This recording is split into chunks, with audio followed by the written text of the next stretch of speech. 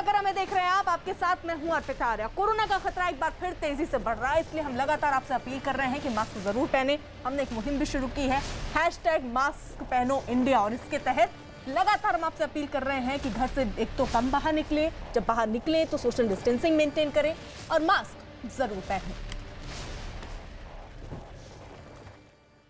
और इसी बीच बड़ी खबर आ रही है, चित्रकूट पर रिपोर्ट तलब से जुड़ी हुई। सीएम योगी ने इसकी रिपोर्ट मांगी है। उत्तर प्रदेश के चित्रकूट से एक चौंकाने वाली खबर सामने आई थी। यहां चित्रकूट जेल के भीतर गोलीकांड हुआ। चित्रकूट जेल में अपराधियों के बीच हुई खूनी संघर्ष में 3 बड़े अपराधी मारे गए हैं। और अब जानकारी की इस पर रिपोर्ट सीएम योगी ने मांगी है कि किस तरीके से घटना हुई, आखिरकार कैदी के पास हथियार कैसे पहुंचे, ये भी एक बड़ा सवाल है। इस पर भी रिपोर्ट में जवाब देना होगा। जेल में ही 2 बदमाशों की हत्या हुई, बाकायदा गोली चली है, जिस पर अब रिपोर्ट तलब योगी सरकार ने किया। सीएम योगी ने रिपोर्ट इस पर लेकर मांगी है। सूत्र ये भी बता रहे हैं कि चित्रकूट जेल के भीतर डबल मर्डर के आरोपी अंशुल दीक्षित नाम के कैदी ने फायरिंग करके पश्चिमी उत्तर प्रदेश के बड़े गैंगस्टर को मार गिराया था वहां। इसके बाद अब सीएम योगी ने इसको लेकर रिपोर्ट मांगी है। अजीत हमारे साथ, हमारे सहयोगी इस वक्त जुड़ चुके हैं अपडेट के साथ। अजीत, ये रिपोर्ट कब तक देनी है? हाँ देखिए, बिल्कुल अर्पिता, सीएम योगी ने चित्रकूट मामले का संज्ञान लिया और डीजी जेल आनंद कुमार से पूरी मामले की रिपोर्ट मांगी, क्योंकि चित्रकूट जेल में अंशु दीक्षित ने मुकीम काला और मेराजुद्दीन की हत्या कर दी थी, जिसके बाद जवाबी कार्रवाई में अंशु दीक्षित मारा गया था।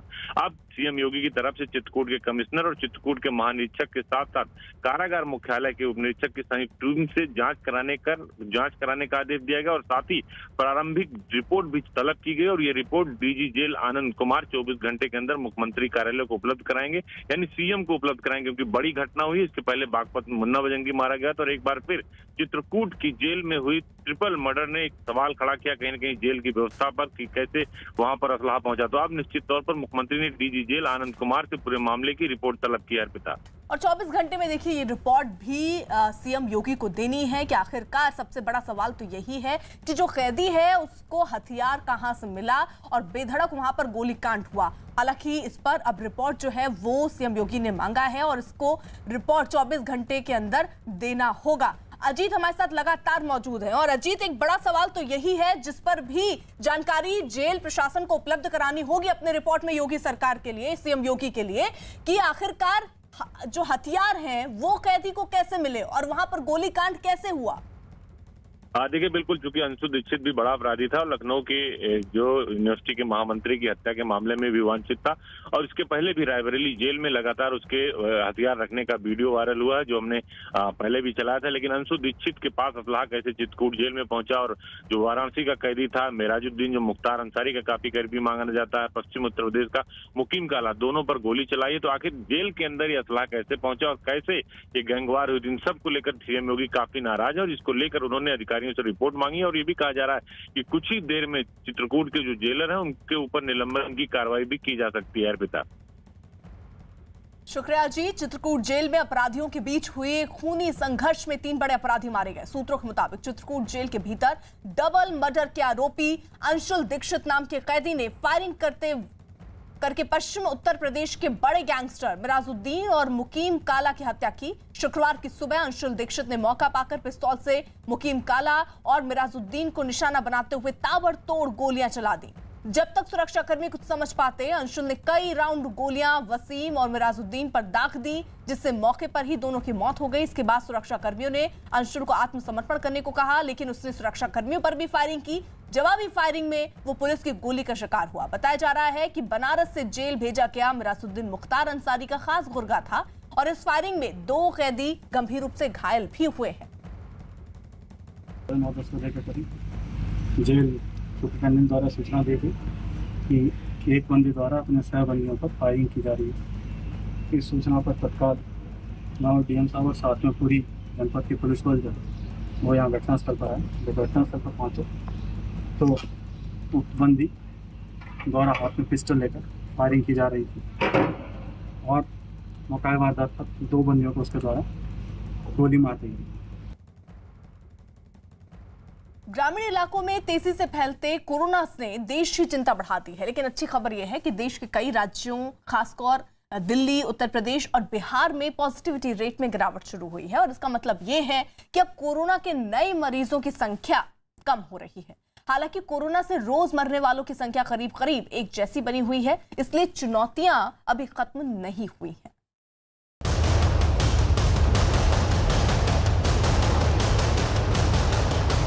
कोरोना के नए मरीजों की संख्या में गिरावट। कई राज्यों में नए मरीजों की संख्या में कमी। दिल्ली, बिहार, यूपी में घटने लगे नए मरीज। कोरोना से ठीक होने वालों की संख्या भी बढ़ी। देश में कोरोना के कहर की दूसरी लहर जारी है और रोज रोज आने वाले मौत के आंकड़े अब भी परेशान कर रहे हैं। बीते कुछ दिनों से कोरोना की वजह से रोजाना करीब 4000 लोगों की मौत हो रही है। बीते 24 घंटे के आंकड़े बताते हैं कि देश में कोरोना के 3,43,122 नए मरीज मिले, जबकि इस दौरान 3,994 लोगों की जान भी गई। लेकिन राहत की बात यह है कि बीमारी से ठीक होने वालों की तादाद बढ़ रही है और इसकी चपेट में आने वाले नए मरीजों की संख्या घट रही है। पिछले 3 दिनों से ओवरऑल केस पॉजिटिविटी में कुछ कमी पाई गई, जो कि 20% से कम अब हमारे देश में ओवरऑल पॉजिटिविटी पिछले 3 दिनों में नोट की गई है। इसके साथ ही हम देखते हैं कि हमारी देश में करीब 12 स्टेट्स ऐसी हैं जहां पर कि 1 लाख से अधिक आज एक्टिव केसेस हैं। 8 स्टेट्स ऐसी हैं जहां पर 50,000 से 1 लाख एक्टिव केसेस हैं और 50,000 से कम वाली 16 स्टेट्स हैं। इसमें मुख्य विषय हम आप लोगों की दृष्टि में लाना चाहेंगे कि पिछली प्रेस ब्रीफिंग में हमने बताया था कि देश में ऐसी 13 स्टेट हैं, जिसमें बिहार भी एक स्टेट थी, लेकिन आज बिहार में 1 लाख से कम एक्टिव केसेस हैं। ये आंकड़े उम्मीद बांधते हैं। अगर कोरोना के रोज आने वाले मरीजों का बीते 1 हफ्ते का औसत देखें तो तस्वीर बहुत हद तक साफ होती दिखती है। 8 मई को कोरोना के 4 लाख से ज्यादा नए मरीज सामने आए थे, तो 12 मई को 3,62,000 नए मरीज सामने आए। अब बीते 24 घंटे में ये आंकड़ा 3,43,000 तक पहुंच चुका है। वह स्टेट जहां पर कि एक्टिव केसेस सबसे अधिक थे, यानी कि जहां पर हम एक्टिव केसेस ज्यादा पा रहे थे, उनमें से 6 ऐसी स्टेट्स हैं जहां पर कि हम ओवरऑल केस पॉजिटिविटी में कमी नोट कर रहे हैं। देश में 187 ऐसे जिले हैं जहां पर पिछले 2 हफ्तों से केस में एक रिलेटिवली लोअर ट्रेंड नोट किया जा रहा है। खासकर जब बिहार, उत्तर प्रदेश और दिल्ली की हालत पर नजर जाती है तो कोरोना के कमजोर पड़ने का भरोसा बढ़ता है। कोरोना के बढ़ते खतरे के बाद बिहार सरकार ने लॉकडाउन का ऐलान कर सख्ती बढ़ाई तो बेतहाशा बढ़ती बीमारी पर ब्रेक लगने लगा। इसे देखते हुए बिहार सरकार ने 25 मई तक लॉकडाउन बढ़ाने का ऐलान कर दिया। लॉकडाउन का पालन कराने के लिए राजधानी पटना में तो सख्ती बढ़ती ही जा रही है। साथ ही आरा जैसी जगहों पर पुलिस सड़कों पर निकलने वालों से न केवल पूछताछ करती दिखी, बल्कि आने जाने वालों के हाथ सैनिटाइज करवाकर उन्हें जागरूक करती भी नजर आई। सीवान में तो बेवजह सड़कों पर निकलने वालों को कान पकड़कर उठक बैठक कराकर घरों में रहने का सबक मिला। प्रशासन की ऐसी कोशिशों की वजह से ही बिहार में कोरोना की रफ्तार धीमी पड़ती दिखी। आंकड़ों के मुताबिक बीते 24 घंटे में बिहार में कोरोना के 7,752 नए मरीज मिले और एक्टिव मरीजों की संख्या घटकर 96,277 हो गई। सरकार का दावा है कि पॉजिटिविटी रेट 8 दिन पहले के 12% से घटकर 8% हो गया है, जबकि रिकवरी रेट 79% से बढ़कर 83% हो गया है। आज से 8 दिन पहले पॉजिटिविटी रेट 12% के आसपास थी, जो आज घट के 8% पर आ गया है और रिकवरी रेट जो लगभग 79% के आसपास थी वो लगभग 83% पर पहुंच गया है। लगभग 96,000 के आसपास अभी भी एक्टिव केसेज इस राज्य के अंदर में हैं। इसलिए पूरा स्वास्थ्य महकमा अपनी पूरी क्षमता और ताकत के साथ इन कोरोना के मरीजों के इलाज और उपचार के काम में लगा हुआ है। सरकार ने कोरोना को काबू में करने के लिए सैनिटाइजेशन अभियान भी शुरू कर दिया है। इस काम में पंचायत की मदद ली जा रही है। कुछ दिन पहले तक दिल्ली में कोरोना का डर रोज बरोज बढ़ रहा था, लेकिन अब देश की राजधानी में भी कोरोना का कहर कम होता दिख रहा है। दिल्ली सरकार ने भी माना है कि लॉकडाउन और बाजारों में सख्ती से कोरोना का कहर कम हुआ है, इसलिए इसमें फिलहाल किसी तरह की ढील नहीं दी जा रही। इसके अलावा जहां जहां वैक्सीन उपलब्ध है वहां वैक्सीनेशन अभियान भी दमखम के साथ चल रहा है। इन कोशिशों का नतीजा सामने है। दिल्ली में कोरोना के आंकड़े बहुत कुछ बता रहे हैं। इन आंकड़ों के मुताबिक दिल्ली में बीते 24 घंटे में 10,479 नए मरीज सामने आए और इस दौरान 308 लोगों की मौत भी हुई। बीते 24 घंटे में दिल्ली में कोरोना के 15,179 मरीज ठीक भी हुए और पॉजिटिविटी रेट 14.24% रहा। पॉजिटिविटी रेट 14% आ चुका है और मरीजों की संख्या डेली जो मरीज आ रहे हैं उनकी संख्या भी आज घट के 10,400 के करीब रह गई है। तो केसेस तेजी से कम हुए हैं।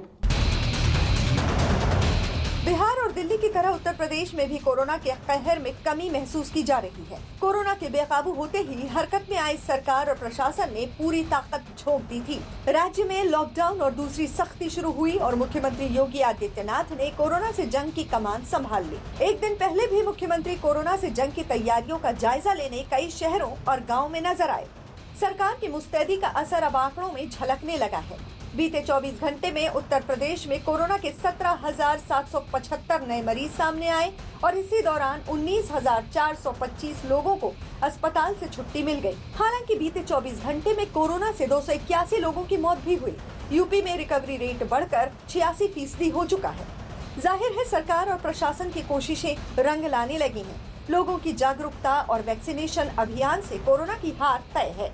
ये भरोसा अब और पुख्ता हुआ है। और बड़ी खबर रूस की स्पुतनिक वी वैक्सीन से जुड़ी हुई आ रही है। डॉक्टर रेड्डीज लैब ने आज स्पुतनिक वी वैक्सीन लगाने की शुरुआत कर दी है और जानकारी ये कि स्पुतनिक वी की पहली डोज हैदराबाद में लगाई गई। इससे पहले डॉक्टर रेड्डीज लैब ने जानकारी दी थी कि हिमाचल प्रदेश में सेंट्रल ड्रग्स लैब की मंजूरी मिलने के बाद स्पुतनिक की डोज लगवाने का काम शुरू किया गया। डॉक्टर रेड्डीज लैब के मुताबिक इस स्पुतनिक वैक्सीन की एक डोज की कीमत करीब 1,000 रुपए है। वैक्सीन की कमी की खबरों के बीच एक अच्छी खबर है। केंद्र सरकार ने जानकारी दी कि अगले 15 दिनों में वो राज्यों को 1,92,00,000 कोरोना वैक्सीन देंगे। केंद्र के मुताबिक राज्यों को ये वैक्सीन मुफ्त में दी जाएगी।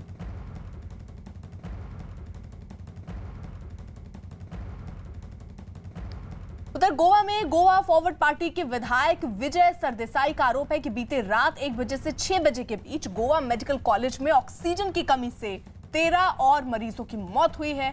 विजय सरदेसाई का दावा है कि गोवा मेडिकल कॉलेज में अब तक कुल 75 लोगों की मौत हो चुकी है। विजय सरदेसाई के मुताबिक 10 मई को 26, 11 मई को 21 और 12 मई को कोरोना के 15 मरीजों की ऑक्सीजन की कमी से मौत हुई है। ये मामला पहले से ही बॉम्बे हाईकोर्ट की गोवा बेंच में पहुंच चुका है, जिस पर आज सुनवाई होनी है। इस बीच गोवा सरकार ने भी पूरे मामले की जांच के लिए कमेटी बनाने के आदेश दिए हैं।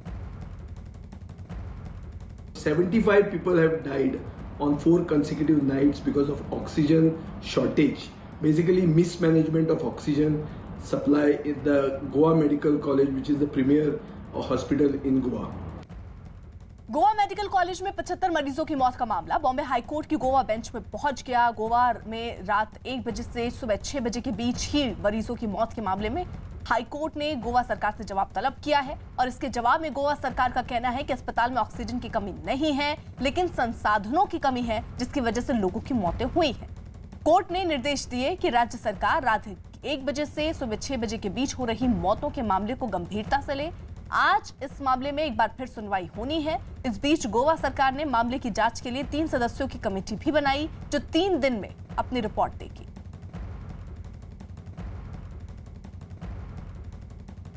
महामारी से जारी सबसे बड़ी लड़ाई अब देश के लिए और मुश्किल हो गई है, क्योंकि कोरोना का कहर अब गांव-गांव तक पहुंच गया है। ग्रामीण इलाके में स्वास्थ्य से जुड़ी सुविधाओं की कमी ने हरियाणा में मुसीबत को और बढ़ा दिया। हरियाणा के सोनीपत में 35 गांव में कोरोना बम फूटा तो सरकार ने गांव तक सुविधाएं पहुंचाने की कोशिशें तेज कर दी।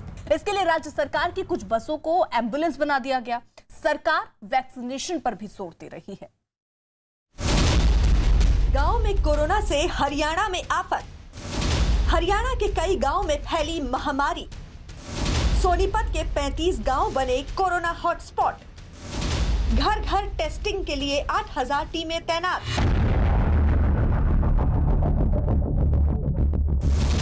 हरियाणा के सोनीपत में सूनी गलियां, बंद पड़ी दुकानें और सड़कों पर सन्नाटा उस खतरे की गवाही दे रहा है जिसके कहर से हर इंसान खौफ में है।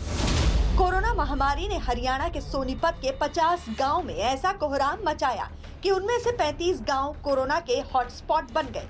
बताया जा रहा है कि सोनीपत के सिर्फ सिसाना गांव में ही बीते 13 दिनों में 21 लोगों की मौत हो गई।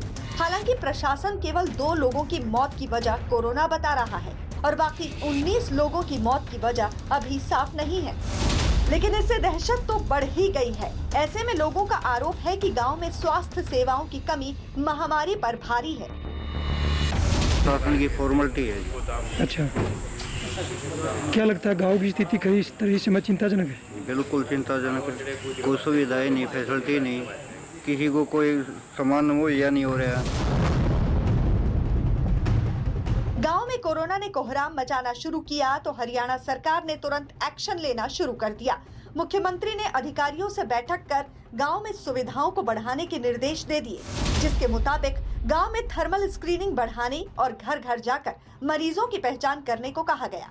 इसके अलावा हॉटस्पॉट बन रहे गांव में आइसोलेशन सेंटर बनाने के निर्देश दिए गए हैं, जबकि सरकारी स्कूलों में भी आइसोलेशन वार्ड बनाने की इजाजत दे दी गई। इतना ही नहीं, हरियाणा के सीएम मनोहर लाल खट्टर ने ट्वीट किया कि ग्रामीण इलाकों में कोविड अस्पतालों की पहचान कर ली गई है और घर घर जाकर टेस्टिंग के काम के लिए 8,000 टीमें तैनात कर दी गई हैं। हर एक गांव को हम स्क्रीनिंग करेंगे, हर एक गांव में कमेटी बनाएंगे और जहां पे हॉट स्पॉट्स बने हुए हैं, मतलब ज़्यादा नंबर ऑफ केसेस आ रहे हैं, उन गाँव में आइसोलेशन बेड स्थापित करेंगे ताकि जिसके घर पे आइसोलेशन की सुविधा नहीं है उनको हम वहाँ शिफ्ट करेंगे। और जिसको ज़्यादा रिक्वायरमेंट ऑक्सीजन की या कोई और वजह है, वो हमारे हर एक सब डिवीज़न लेवल पे डेडिकेटेड कोविड हेल्थ सेंटर्स हैं, DCHC, उनको वहाँ शिफ्ट कर दिया जाएगा। उसके बारे में लोकल कमेटी होगी जिसमें आंगनवाड़ी वर्कर, आशा वर्कर, पटवारी, नंबरदार जो लोकल हैं वहाँ के वो फंक्शनरीज होंगे। गांव में स्वास्थ्य सुविधाओं की कमी के बीच लोगों को एम्बुलेंस की कमी से दो चार न होना पड़े, इसके लिए भी कदम उठाए गए। हरियाणा रोडवेज की जो बसें यात्रियों की भीड़ के साथ सड़कों पर फर्राटा भरा करती थीं, आज वो मरीजों को अस्पताल तक ले जाने के काम में लगा दी गई हैं। गांव में एम्बुलेंस की कमी से जान का संकट पैदा न हो, इसके लिए फरीदाबाद में 5 सरकारी बसों को एम्बुलेंस में तब्दील कर दिया गया, जिसमें 4 बेड, 1 स्ट्रेचर और 2 ऑक्सीजन सिलेंडर रखे गए हैं। ये बसें गांव में तैनात की गई हैं, जिसे कोविड सेंटर के तौर पर भी इस्तेमाल किए जाने की इजाजत दी गई है। 4 बेड्स होंगे तो एक साथ 4 लोग ट्रैवल कर सकते हैं, इसमें पेशेंट को कैरी किया जा सकता है। और जैसा ये गांव के अंदर भी फैल रहा है, तो गांव के अंदर जो हेल्थ फैसिलिटीज़ हैं उनके अंदर इनको दिया जाएगा ताकि लोगों को इमीडिएटली मदद हो सके और इसको बाकी ठहरने के पर्पज से भी यूज किया जा सकता है।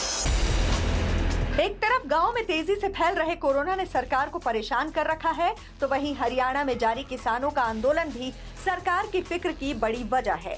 हरियाणा सरकार को चिंता सताने लगी है कि धरना इसी तरह जारी रहा तो धरने पर बैठे किसानों पर भी कोरोना कहर बनकर टूट सकता है। लिहाजा हरियाणा सरकार ने किसानों से धरना खत्म करने की अपील की।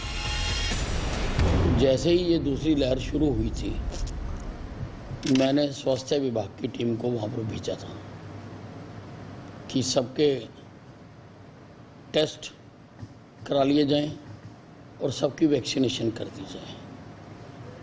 आंदोलन अपनी जगह है, वो आप करते रहें, लेकिन इस महामारी से बचना और दूसरों को बचाना ये आवश्यक है।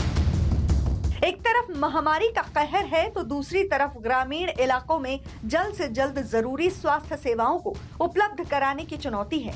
ऐसे में ग्रामीण इलाकों में प्रशासन की मुस्तैदी और लोगों की जागरूकता कोरोना को हराने में कारगर साबित हो सकती है। पीएम मोदी ने अब से थोड़ी देर पहले वीडियो कॉन्फ्रेंसिंग के जरिए पीएम किसान सम्मान निधि की 8वीं किस्त जारी की है। किसानों को सौगात देने आए प्रधानमंत्री मोदी ने कोरोना की दूसरी लहर पर चिंता जताई। साथ ही उन्होंने देशवासियों से टीका लगवाने की अपील की। पीएम ने लोगों से टीका लगवाने के बाद भी 2 गज की दूरी और मास्क के मंत्र को हमेशा ध्यान में रखने की अपील की। 100 साल बाद आई इतनी भीषण महामारी कदम कदम पर दुनिया की परीक्षा ले रही है। हमारे सामने एक अदृश्य दुश्मन है और ये दुश्मन बहुरूपिया भी है।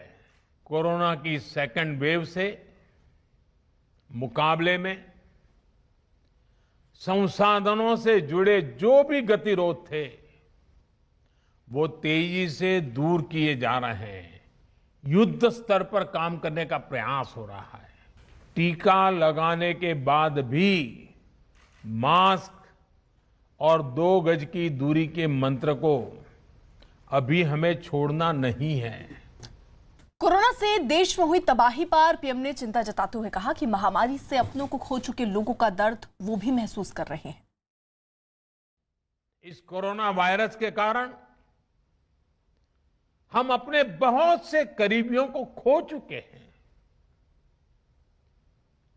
बीते कुछ समय से जो कष्ट देशवासियों ने सहा है,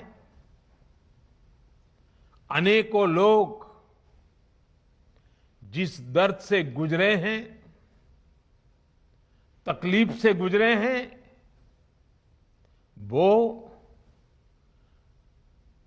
मैं भी उतना ही महसूस कर रहा हूं।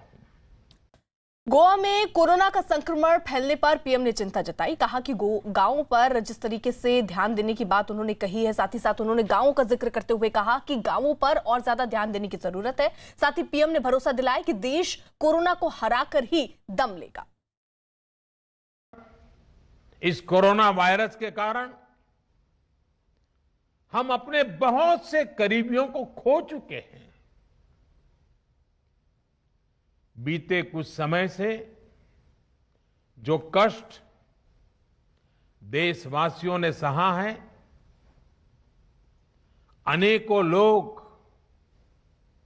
जिस दर्द से गुजरे हैं, तकलीफ से गुजरे हैं, वो मैं भी उतना ही महसूस कर रहा हूं। ये संक्रमण अभी गांव में भी तेजी से पहुंच रहा है। देश की हर सरकार इससे निपटने के लिए हर संभव प्रयास कर रही है। इसमें गांव के लोगों की जागरूकता, हमारी पंचायती राज से जुड़े जो भी व्यवस्थाएं हैं, उनका सहयोग, उनकी भागीदारी उतनी ही आवश्यक है। भारत हिम्मत हारने वाला देश नहीं है। न भारत हिम्मत हारेगा और न कोई भारतवासी हिम्मत हारेंगे। हम लड़ेंगे और जीतेंगे। कोरोना काल में मरीजों और उनके परिवार के लोगों को जरूरी मेडिकल उपकरण, इंजेक्शन और दवाओं को बांटने के मामले में यूथ कांग्रेस के अध्यक्ष श्रीनिवास से दिल्ली हाई कोर्ट के आदेश पर पुलिस ने पूछताछ की। ये पूछताछ करीब 20 मिनट तक चली। श्रीनिवास के अलावा पुलिस ने इस मामले में पूछताछ के लिए आम आदमी पार्टी के विधायक दिलीप पांडे से भी संपर्क किया और यही नहीं, बीजेपी नेता हरीश खुराना से भी दिल्ली पुलिस पूछताछ कर चुकी है। इस मामले में दिल्ली पुलिस का कहना है कि ये पूछताछ कोर्ट के आदेश पर हो रही है और जांच के बाद पूरी रिपोर्ट हाई कोर्ट को सौंप दी जाएगी। युवा कांग्रेस और कांग्रेस सोनिया गांधी जी और राहुल गांधी जी के मार्गदर्शन में इसी प्रकार सेवा करती रहेगी। हमें हथकड़ियां लगाइए, हमें जेल में डालिए, पर ऑक्सीजन दिलवाने, रेमडेसिविर का इंजेक्शन दिलवाने, वेंटिलेटर और बेड दिलवाने, भोजन दिलवाने और कोरोना मरीजों की मदद करने से युवा कांग्रेस और कांग्रेस के साथियों को आप कभी नहीं रोक पाएंगे। ये हमारा संकल्प भी है और हमारा दृढ़ निश्चय भी। दिल्ली पुलिस की पूछताछ करने के बाद कांग्रेस नेता श्रीनिवास ने एक ट्वीट भी किया। उन्होंने अपने ट्वीट में लिखा कि उनका जो फर्ज है वो अहले सियासत जाने, हमारा काम मोहब्बत है, जहां तक पहुंचे। राहुल गांधी ने भी श्रीनिवास से हुई पूछताछ पर ट्वीट किया। उन्होंने अपने ट्वीट में लिखा कि बचाने वाला हमेशा मारने वाले से बड़ा होता है। नदियों में लाशों के बहने की खबरों की बाढ़ के बीच उत्तर प्रदेश सरकार ने कुछ सख्त निर्देश जारी किए हैं। मुख्यमंत्री योगी आदित्यनाथ ने एक निर्देश गृह विभाग को जारी किया। इन निर्देशों के मुताबिक प्रदेश में एसडीआरएफ और पीएसी की जल पुलिस को सभी नदियों में पेट्रोलिंग के लिए लगाया जाए। पुलिस बल नावों से पूरे प्रदेश की नदियों की निगरानी करेगा। साथ ही यह भी सुनिश्चित किया जाएगा कि परंपरा के नाम पर कोई भी नदियों में शवों को ना बहाए। मुख्यमंत्री का यह भी निर्देश है कि प्रदेश में नदियों के किनारे बसे गांव और शहरों में ग्राम विकास अधिकारी और कार्यकारी अधिकारी के माध्यम से समितियां बनाकर यह पक्का किया जाए कि कोई भी शवों को नदियों में ना बहा सके। मृत्यु के बाद अंत्येष्टि के लिए सरकार ने धनराशि भी स्वीकृत की है। मुख्यमंत्री का यह साफ निर्देश है कि आदेश तोड़ने वालों के खिलाफ स्थानीय स्तर पर जुर्माना भी लगाया जा सकता है। उधर बिहार में गंगा नदी में बहते शवों के मिलने का सिलसिला रुक नहीं रहा है। पहले बक्सर में और अब राजधानी पटना के गुलाबी घाट में 2 शव बहते मिले। लोगों का आरोप है कि पिछले कुछ दिनों से लोग बोरे में बांधकर शवों को नदी में फेंककर चले जा रहे हैं। इस घटना का पता चलते ही प्रशासन फौरन हरकत में आया और नदी में शव फेंकने वालों की जांच शुरू कर दी।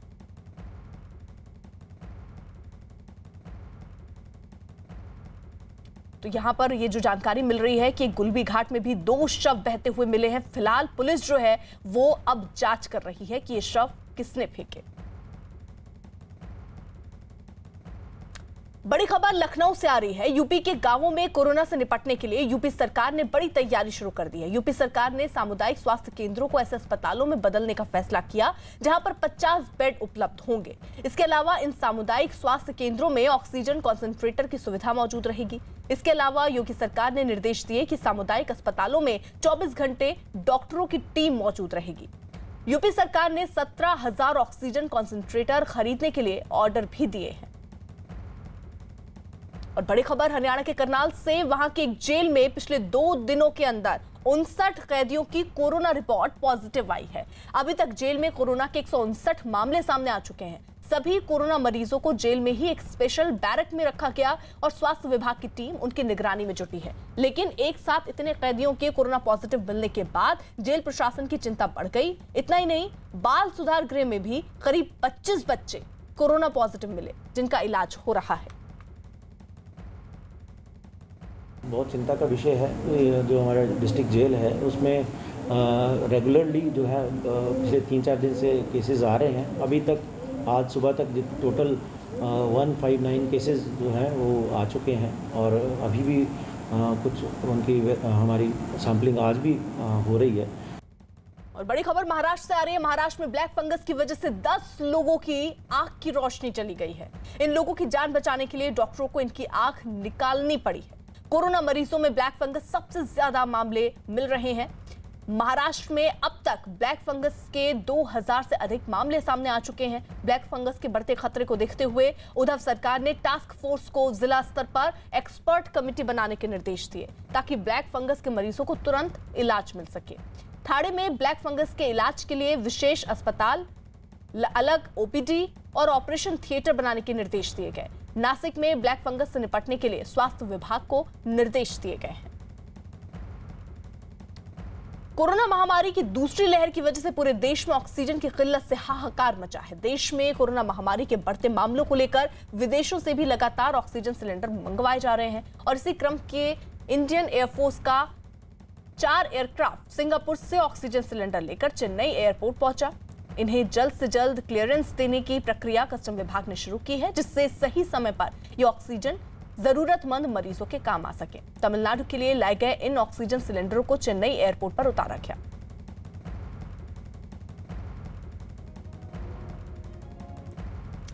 अब तक हमने और आपने कोरोना की दूसरी लहर के सामने शहरों की उखड़ती सांसों का दर्द देखा है, लेकिन अब कोरोना वायरस ने गांवों में भी घुसपैठ कर ली है। गांवों में न तो टेस्ट हो पा रहे हैं, ना समय पर रिपोर्ट आ पा रही है, ना आइसोलेशन सेंटर पर जरूरी सुविधाएं हैं, ना ही अस्पतालों में कोरोना से निपटने के इंतजाम, न पर्याप्त डॉक्टर और न दवाएं। इसलिए जिन गांवों में आजकल के मौसम में फसल की कटाई के बाद खुशियां घर घर दस्तक देती थी, शादी ब्याह होते थे, वहां अब कोरोना का मातम गूंज रहा है।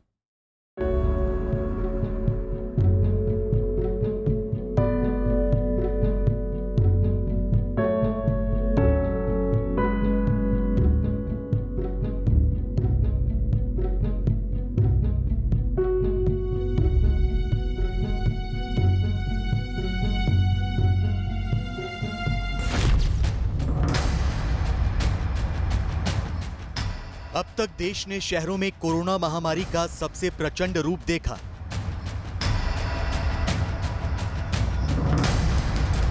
लेकिन क्या आप जानते हैं कि पिछले 15 दिनों से गांवों में क्या हालात हैं? आज आपको कई राज्यों के अलग अलग गांव से कोरोना की सबसे सच्ची ग्राउंड रिपोर्ट दिखाएंगे।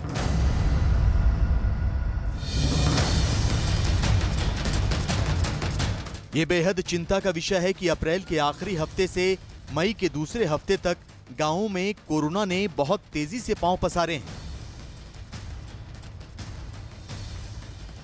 देश के गांवों में कितनी तेजी से कोरोना का कहर टूटा है, इसे आंकड़ों में देखिए। महाराष्ट्र में 9 अप्रैल से 9 मई के बीच कोरोना के नए केस 24% बढ़ गए। वहीं उत्तर प्रदेश में इस दौरान कोरोना केस में 14% की बढ़ोतरी दर्ज की गई। मध्य प्रदेश के ग्रामीण इलाकों में 9 अप्रैल से 9 मई तक कोरोना केस 5% की दर से बढ़े हैं। इसके अलावा गुजरात में सैकड़ों गांव कोरोना से प्रभावित हैं। मेडिकल सुविधाओं के अभाव में लोग जमीन पर लेटकर इलाज करवाने के लिए मजबूर हैं। वहीं बिहार के गांव में कोरोना के मामलों में चिंताजनक रूप से 23% की बढ़ोतरी दर्ज की गई है। कोरोना की दूसरी वेव आएगी, इसके बारे में इसी मंच से बार बार अलग शब्दों में जागृत किया गया था। 20% सीरो पॉजिटिविटी है, 80% लोग वल्नरेबल हैं, वायरस कहीं गया नहीं है, दूसरे देशों में भी वायरस उभर के वापस आता है। ये चेतावनी, ये थॉट हमेशा रही है। माननीय प्रधानमंत्री जी ने 17 मार्च को इमर्जिंग सेकेंड वेव के बारे में देश को बिना पैनिक क्रिएट करते हुए कन्वे किया कि हमें इससे लड़ना है।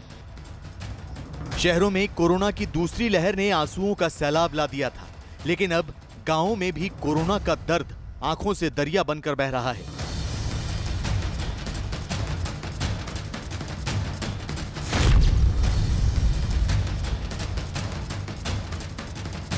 गुजरात के डांग जिले की वानसदा तहसील का ये सुखाबारी गांव है।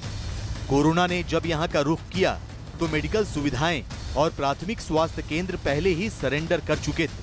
लिहाजा सरकार ने आइसोलेशन सेंटर बनवाकर लोगों का इलाज करने की कोशिश की, लेकिन हकीकत आपके सामने है। पेड़ों के नीचे पॉलिथीन या दरी गद्दे बिछाकर लोग कोरोना का इलाज करवा रहे हैं। पास में एक पीएचसी यानी प्राथमिक स्वास्थ्य केंद्र भी है, लेकिन लोग वहां नहीं जाते क्योंकि इलाज के नाम पर वहां कुछ है ही नहीं।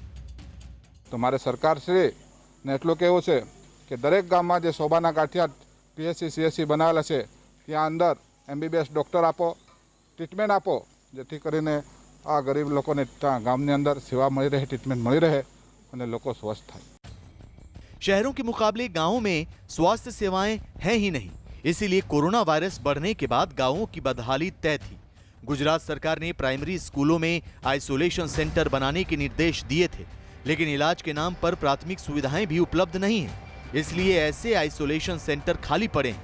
जाहिर है, न दवा है, न डॉक्टर और न बेड, फिर लोग यहाँ क्यों आएंगे?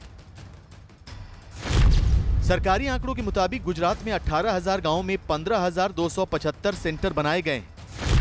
15,275 कोविड सेंटर में सिर्फ 5,404 लोग ही भर्ती हैं, बाकी खाली पड़े हैं। गांवों में 47,826 एक्टिव केस हैं। गांवों के 33,104 मरीज होम आइसोलेशन में हैं। गांव में बने कोविड सेंटर में दवाएं नहीं हैं। टेस्टिंग किट की कमी है तो टेस्ट कम हो रहे हैं। आरटी-पीसीआर टेस्ट के नतीजे 4 से 5 दिन में आ रहे हैं। हालांकि गुजरात सरकार का दावा है कि गांवों में बनाए गए कोविड सेंटर में पर्याप्त सुविधाएं पहुंचाई जा रही हैं। ये तमाम सेंटरों ऑक्सीजन प्लांट साथे त्यानी स्थानिक व्यवस्था 30 बेड थी मांडीने 50 बेड सुधीनी थई शके एवी व्यवस्था एनु सर्वे थई रह्युं छे। કેટલી બેડની વ્યવસ્થા થશે અને કેટલા ટનના પ્લાન્ટની ઓક્સિજનની જરૂરિયાત ઊભી થશે એ સર્વેની કામગીરી ચાલુ છે અને એ પ્રમાણે કામ કરવામાં આવશે।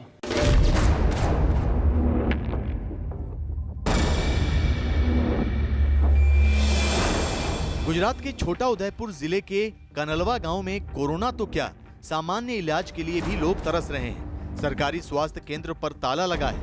5,000 की आबादी वाले इस गांव के लोगों का दावा है कि कोरोना ज्यादातर घरों में दस्तक दे चुका है, लेकिन डॉक्टर एक हफ्ते में एक बार आते हैं, वो भी सिर्फ 2 घंटे के लिए। ડોક્ટરો જો આજે લીધા હોત તો આજે આ અમારી પબ્લિક મરી ના હોત અને આ ડોક્ટર આજે અહીંયા ડોક્ટર નથી પણ તેમ છતાં સ્ટાફ નર્સ પણ 24 કલાક અમને આ કર્નલવા ગામની અંદર જોઈએ જેથી અમારે આજુબાજુમાં 10 ગામડા આવરાયેલા છે એ ગામના માણસો અહીંયા લાભ લઈ શકે।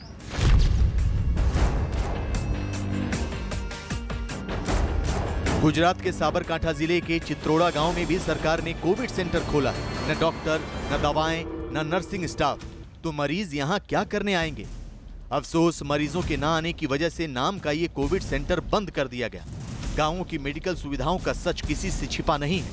न्यूज 18 की ग्राउंड रिपोर्ट में आपको कोरोना से लड़ते गांवों की एक एक तस्वीर दिखाते हैं।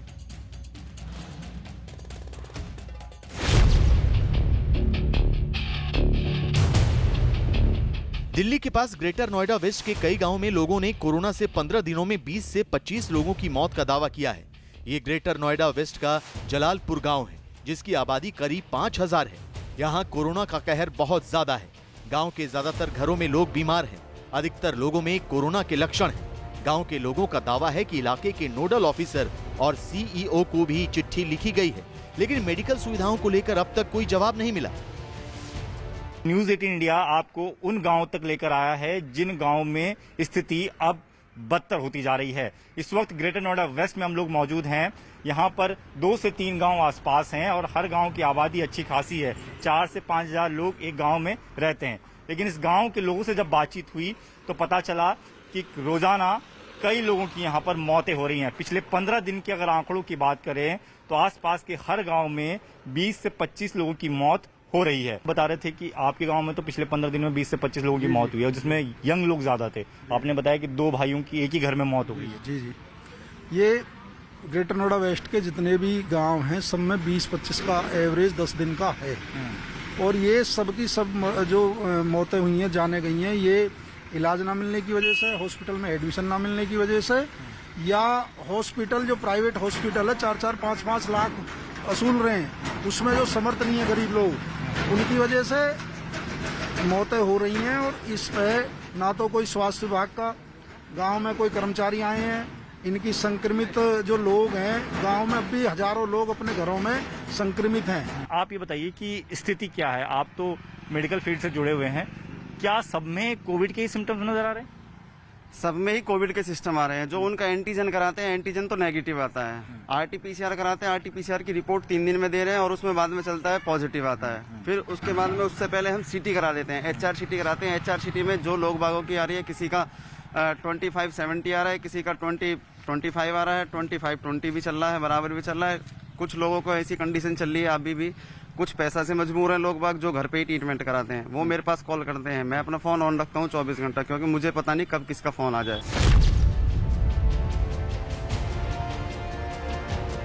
ग्रेटर नोएडा वेस्ट के जलालपुर गांव के पास सादोपुर गांव में भी लोगों ने कोरोना से 10 मौतों का दावा किया है। गांव वालों को कहना है कि करीब 15 दिनों में 10 लोग कोरोना की वजह से दम तोड़ चुके हैं। मरने वालों में बुजुर्ग और युवा दोनों शामिल थे। गांव के हालात लगातार बिगड़ रहे हैं। लोगों का आरोप है कि स्थानीय अधिकारियों को रोज फोन किया जाता है, लेकिन कोई जवाब नहीं मिलता। स्कूल और कम्युनिटी हॉल बंद पड़े हैं। गांव के लोगों की अपील है कि इन्हें कोविड सेंटर में तब्दील करके लोगों को इलाज दिया जाए। ग्रेटर नोएडा के अलग अलग गांव में हम लोग जा रहे हैं। इस वक्त जिस गांव में हम पहुंचे हैं उसे सादोपुर गांव कहते हैं और इस गांव में भी लगभग वही स्थिति है जो अब तक हमने दूसरे गांव में देखी। यहाँ पर भी पिछले 10-15 दिनों की बात की जाए तो 8-10 लोगों की मौत हो चुकी है और हर घर में एक न एक व्यक्ति कोरोना के लक्षण के साथ बीमार पड़ा हुआ है। स्थिति ऐसी है कि लगातार मौतें हो रही हैं और इस वजह से गांव के लोग बहुत डरे हुए हैं। हाँ जी, गांव के लोग बहुत डरे हुए हैं। माने सरकार तो कह रही है कि भाई जो है हम सारी सुविधाएं दे रहे हैं, लेकिन अधिकारी को यहाँ आता नहीं है। अभी जो है मेरे गांव में 8 मौत हो चुकी हैं। उस सब में कोरोना के लक्षण थे अधिकतर। कोरोना के लक्षण थे। हाँ, गांव में अभी भी जो अगर आज भी टेस्ट कराएं तो गांव में अभी भी 25-30 लोग अभी भी कोरोना से पॉजिटिव मिलेंगे। हाँ जी। तो क्या कोई सैनिटाइज करने के लिए आता है, छिड़काव के लिए आता है? क्या कुछ दवाइयाँ यहाँ पर बांटी जा रही हैं? कुछ व्यवस्था है लगता है? नहीं, कोई सैनिटाइज करने नहीं आया, ना दवाई बांटना आया कोई भी।